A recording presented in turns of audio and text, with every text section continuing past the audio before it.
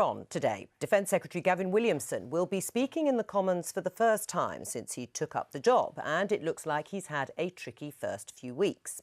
You may remember on Friday's programme we talked about a possible rebellion within the Conservative Party over the issue of defence spending.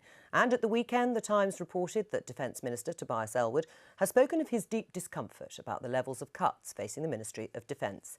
He's even said to be threatening to resign over the matter. Well, here's the former Defence Secretary, now Trade Secretary, Liam Fox, speaking to Sky yesterday.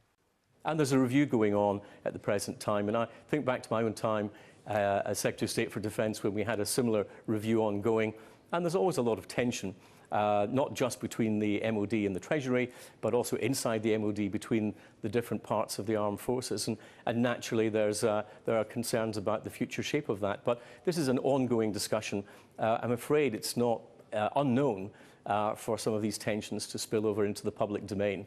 I think we should wait and see exactly what sort of compromise we reach, because that's what it will be. And remember that the United Kingdom is the fourth biggest military budget in the world. Well, we're joined now by the Conservative MP and member of the Defence Select Committee, Johnny Mercer. Welcome to the Daily Politics. Over the weekend, I talked about reports that Tobias Ellwood, a junior Defence Minister, would resign if proposed cuts to the armed forces go ahead.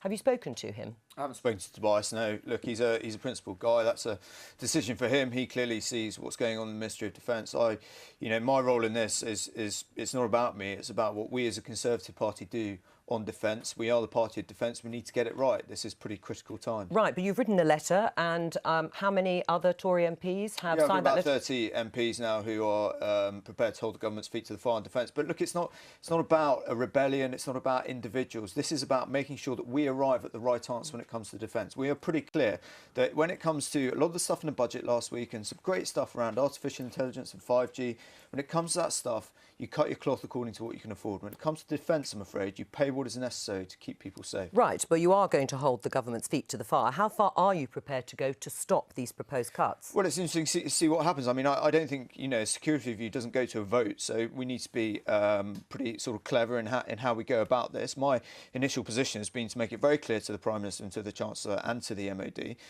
that there is a group of backbench Conservative MPs who are prepared to hold the government to account on defence. That's where we are at the moment. There's no point, threatening things that may well not be necessary and hopefully won't. Right, but you would go as far as defeating the government over this if they push ahead with these cuts that you say are so damaging, or any debate? I'm not prepared to see, and the group that are standing with me are not prepared to see a further degradation in this country's military in either budget or capability. Let's see where we get to once all is said and done. Right, do you think that is a real threat then? What you've just outlined, so serious degradation to the armed forces? It's the reality of the situation that as Conservative MPs, we are the party of defence and we are determined to see that through, not just talk about it, but Sure, but do you think there's a real threat of the armed forces literally being shrunk in the way you described? I think there is a clear threat, yes. I think the options on the table presented to Gavin Williamson when he took over are pretty horrific. I think we are at a critical moment with our defence forces. If you look at some of the proposals, it's going to change what we are as a tier 1 military nation, not only for ourselves, but also, how we look in the eyes of our allies. And some of us, I'm afraid, are just prepared not to accept it. Have you got faith in Gavin Williamson to actually stand up for the armed forces in the way you'd like to see? Yeah, absolutely. And look, he could be, I know people have said he's got no experience when he comes in and things like that. He could be the best defence secretary we've ever had, right? Have you spoken to him? Have you got him on side? Yes, I have spoken to him. And if we were to see an increase in our military capability, or at least stay where we are, that would be a good result. I think that, look, the times of sort of salami slicing, I think, are over. And we've now got to a point where we need to ask what we want from our armed forces, what we expect from them, and crucially, what the British public want. They pay for this. And I'm sorry, but I do not believe they are prepared to see something like the size of Belgium in the UK's armed forces. It's not something I think they recognise, and it's not something I'm prepared to put up with either. Is Gavin Williamson prepared to have a showdown with the Chancellor over this? That's for Gavin and the Chancellor. I will certainly... Do you think he should? Look, how Gavin and the Chancellor, they work it out in Cabinet has nothing to do with me. I'm just making very clear my position, but also the position of the backbench Conservative MPs and the Conservative Party as a whole. We are a team, and it's about coming to the right conclusion for defence. We have called ourselves a party of defence. Well, let's now show that and make sure we get this right. But as you say, you're a backbench MP. The government could just choose not to listen to you. What evidence do you have that they are?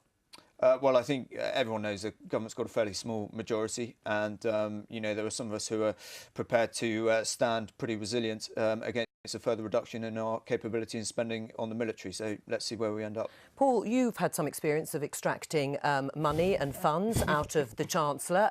What advice would you give at this point? Do you think that they should stand in the way that Johnny Mercer has described to get more money? Well, I think it comes to defence matters. I'm not going to tell Johnny how to do that. But about getting job. money out of the Chancellor? Well, I think it's about making known that this is a position, that's something that matters to you and which you're not going to budge on. Johnny's right. The first call of any government is to protect the realm. The world is changing. Our armed forces and our capability has to reflect that, and scaling it back in some of the ways that have been suggested, I think, would put kind of our position up there as a global leader on this front and threat. Right, but the National Security Advisor, Mark Sedwill, who seems to have the final say on the current defence review, has said that actually you need to boost cyber warfare funding rather than increase conventional armed forces. Isn't he right? Well, let's be clear, Mark Sedwill is not elected, he's not the Prime Minister. He has a job to do, but with the greatest respect in the world, I'm afraid the Prime Minister will decide what our security configuration is.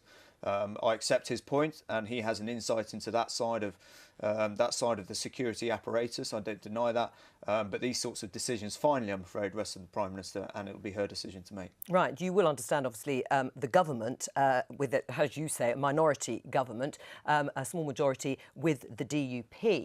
Aren't you going to be causing more trouble for it by... It's not about causing trouble, it's about doing the right thing, like we have done on universal credit, that we did on tax credits a couple of years ago. You know, the Conservative Party, I'm afraid, I know people don't want to hear it, but it is a team, and in the end we work together to come up with the right result, and that's what I'm trying to do on defence as well. Do you support the idea of the budget being expanded, a hole being plugged in the MOD budget? Well, I think the government is about priorities and it's about choices, and I think that in terms of security, both of the nation and of our service personnel when they are out overseas, that's not something that can be compromised, and I think the money, if it's been allocated to other things, needs to be found. Right, I mean, Labour has said that actually it will stick to the 2% spending as a proportion of GDP, even stripping out pensions. Do you support that? Well, I think that if Johnny was to push his group into some situation where there was a vote in Parliament, I think a substantial number of Labour MPs would support, because we do recognise that for the public this is absolutely a huge issue. You know, we do feel we should be putting our armed forces at the front of an awful lot more than we are at the moment, and I imagine what will happen, because he's got a good group with him and there is a minority government. The DUP, I think, will want to support more money that's being spent on defence. So I think this is something where we'll see a way of perhaps going back on what's already been said on it. Right, and you may have the support of the former Defence Secretary, Michael Fallon, who said, "I hope to find an early opportunity to speak out on the right level of defence spending to meet the threats that our country faces, and to do so more freely than the constraints of government allowed." Is he part of your cohort?